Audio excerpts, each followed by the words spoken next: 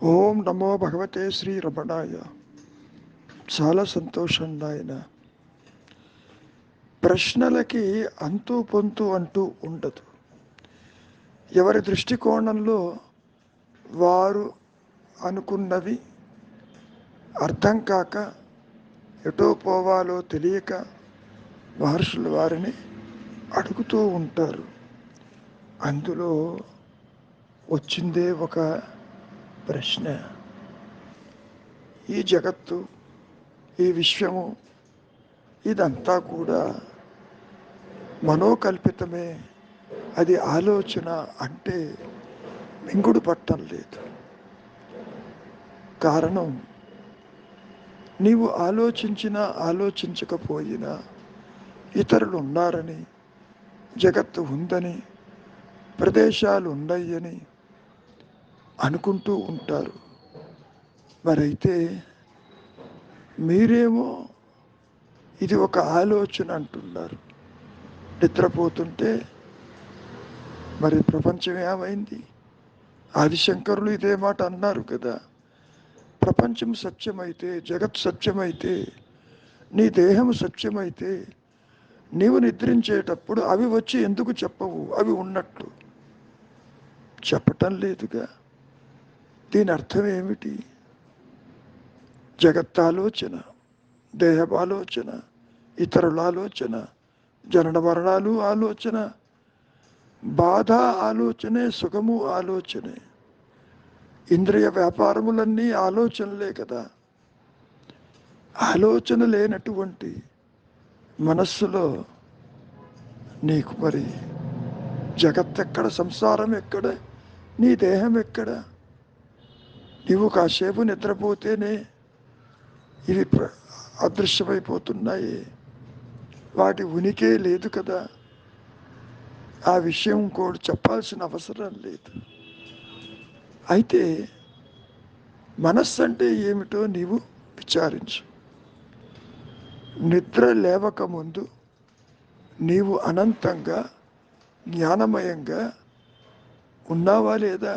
నిద్రావస్థలో ఎప్పుడైతే ఈ దేహాత్మ బుద్ధి నీకు మొట్టమొదటి ఆలోచన కలిగిందో, ఆ తరువాతనే ఇంద్రియాల ద్వారా ఈ జగత్తును చూస్తున్నావు నీవు. ప్రపంచం అంటే ఏమిటి? పంచేంద్రియముల యొక్క వ్యవహారమే తప్ప మరొకటి కాదు కదా.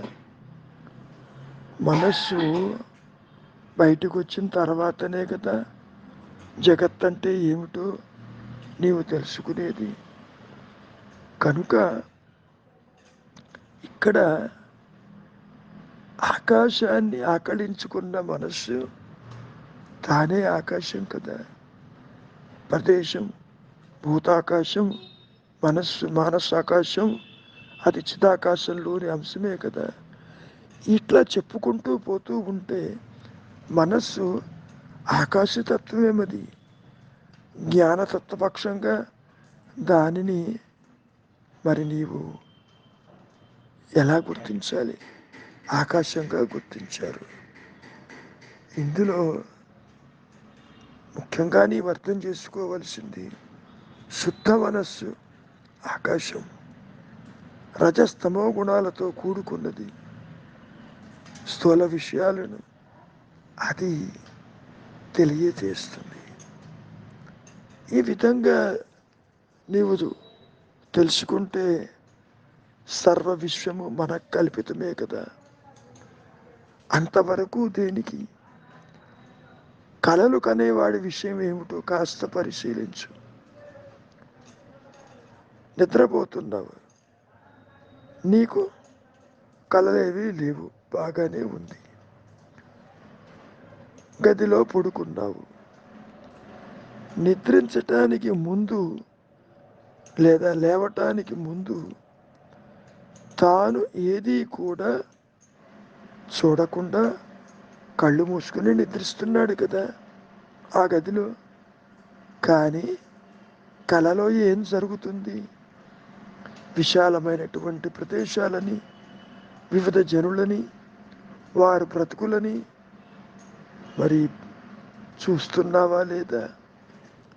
ఇతరులను చూస్తున్నావు, ప్రదేశాలు చూస్తున్నావు. అందులో నీవు ఎన్నడూ చూడని విశేషాలు కూడా చూస్తున్నావా లేదా? అవన్నీ నీకు గోచరిస్తున్నాయి కదా. ఇటువంటి విస్తారమైన విపులమైన దృశ్యం వాని తలపులలో దూరి వచ్చిందా? అంతా వాని మనస్సులో విప్పారిందే కదా. ఆ మనస్సు నిద్రిస్తున్నదా, తనదా, కాక కలవరని వ్యక్తిదే? విచారించు మరి. అది నిద్రిస్తున్న వానిదే. దాని చిన్న చిన్న పొరల్లో అంత విస్తృతంగా, ముఖ్యంగా నిద్రిస్తున్నవాడు మరి కలగంటున్నాడుగా.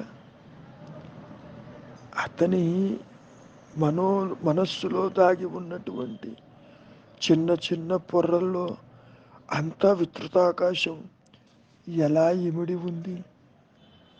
విశ్వం సర్వము కూడా కేవలం సంకల్పమాత్రమని, లేక తలపుల వరుస అని మరి ప్రాయికంగా అంటారే, దానికి ఈ విధంగా అర్థం చేసుకోవాలి. ముఖ్యంగా నీవు ఎక్కడి నుంచి కూడా వాటిని తీసుకువెళ్ళలేదు. ఈ జాగ్రత్తావస్థ నుంచి ఏమైనా తీసుకుని వెళ్ళేవా? అక్కడ తినటానికి ఉండటానికి లేదు కదా. అంతవరకు దేనికి? సుష్టిగా నీవు భోజనం చేస్తావు, ఆహారం తీసుకుని కొంత అట్టు పెట్టుకుంటావు, కళలో నీకు ఆకలితో అలమడిస్తుంటావు. జాగ్రత్తావస్థలో అట్టు పెట్టుకున్న ఆహారం నీకు పనికి రావటం లేదు. అక్కడ నీవు ఇష్టభోజనాన్ని సృష్టించుకుని, భావించి, తయారు చేసుకుని తిని సుఖిస్తున్నావా లేదా? మరి అవి ఎక్కడి నుంచి వచ్చినాయి? జాగ్రత్తావస్థ నుంచి తీసుకెళ్ళేవా లేదే? అది మనో సృష్టి కాక ఇంకేమిటి? కాబట్టి నాయన, ఆలోచనలు మాత్రమే ఈ జగత్తు. జగత్ అంటేనే జా అంటే పుట్టి నశించేది. ఆలోచన వచ్చినప్పుడు అది కనపడుతుంది, లేనప్పుడు అదృశ్యమవుతుంది. అంతా చూచేవాడి యొక్క నిజస్థితిని బట్టి ఉంటుంది. ఎవరు చూస్తున్నారు? నేను చూస్తున్నాను. ఆ నేనెవరు? విచారించు. నేను నిజంగా కనుక ఉంటే నీ దేహము సత్యము, జగత్తు సత్యము, నీవనుకునే దైవము సత్యము, ఇతరులు సత్యము, జనన మరణాలు సత్యము. తీరా చూడబోతే ఆది నుంచి ఈ అహంకారము, ఈ వ్యక్తిత్వము, ఈ పరిమితత్వము తృణీకరించబడింది. అది లేదు. అది లేదని తెలుసుకోవటమే జీవితం యొక్క పరమావధి. ఆత్మని నీవు తెలుసుకోవటం కాదు.